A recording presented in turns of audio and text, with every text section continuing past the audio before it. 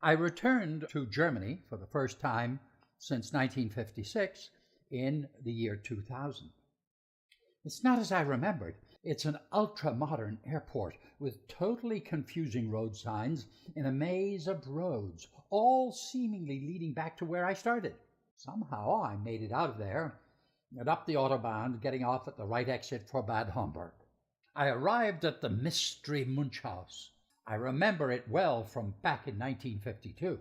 It really hasn't changed much, though I understand they've raised the roof to accommodate more storage space.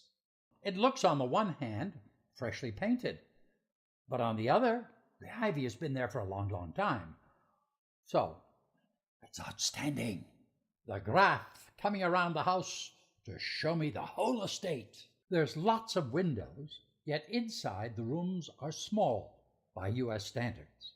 The well-kept and shaped shrub hides the private part of the garden. The family-style patio with French doors both above and below. Heidi always on the go, getting ready for a little afternoon tea. I think I told her funny. Peter's response always makes him look like he's sleeping. His eyes are closed. Genug Tee, muss ein bisschen austanken. Peter in Concerto Fuzzy P minor. While Peter was away, Heidi and I talked a bit about Das Weiße Schloss am Meer. Now that's more like it. What a pleasant afternoon. It was unforgettable. We drove over to Peter Minimus's house, actually just around the corner. Here he is with Birgit, his delightful wife.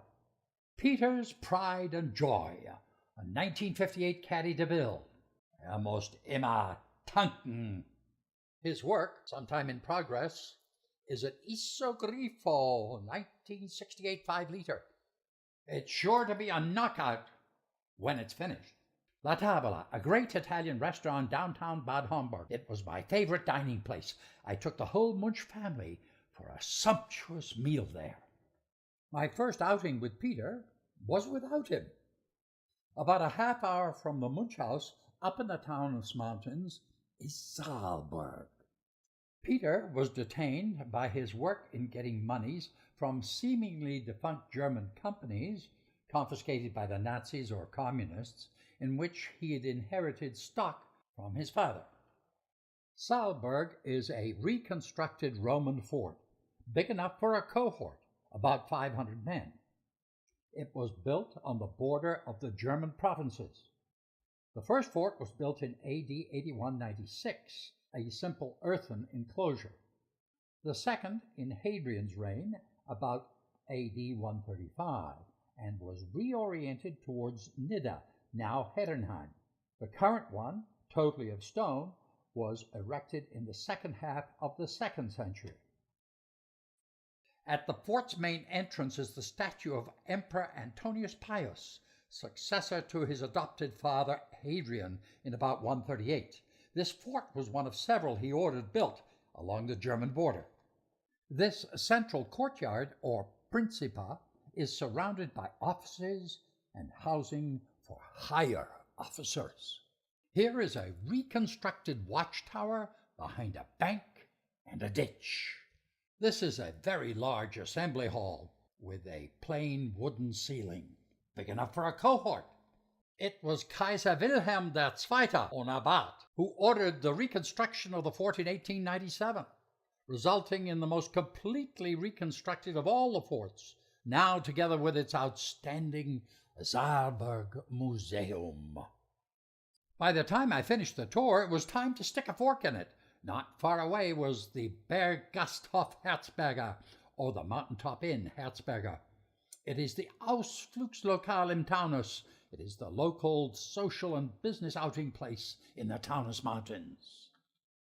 It's sort of unprepossessing as you drive up, yet the humongous tree draws your eye to it.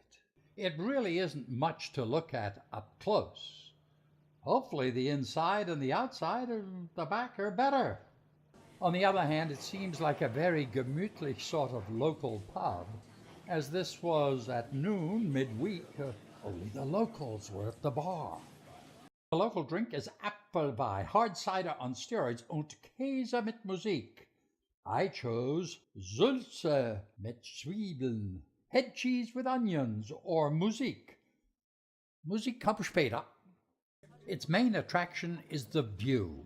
Looking back down the mountain toward Bad Homburg on a real clear day with a very high-powered telescope, you could probably pick out the junction of the Münchhaus Heinrich von Kleiststraße and the Friedbergstraße. I got lucky. Sitting behind and up a course of steps was a kleiner Betriebsausflüge, a small company outing. It was in fact an electronics firm of some kind. The woman with glasses and curly black hair at the head of the second table, staring at me, is the CEO. I spent a few minutes with them recounting my experiences with an Abteilungsausflüge, department outing, while I was at Metallgesellschaft in 1952. It was the end of an informative and memory-inducing day.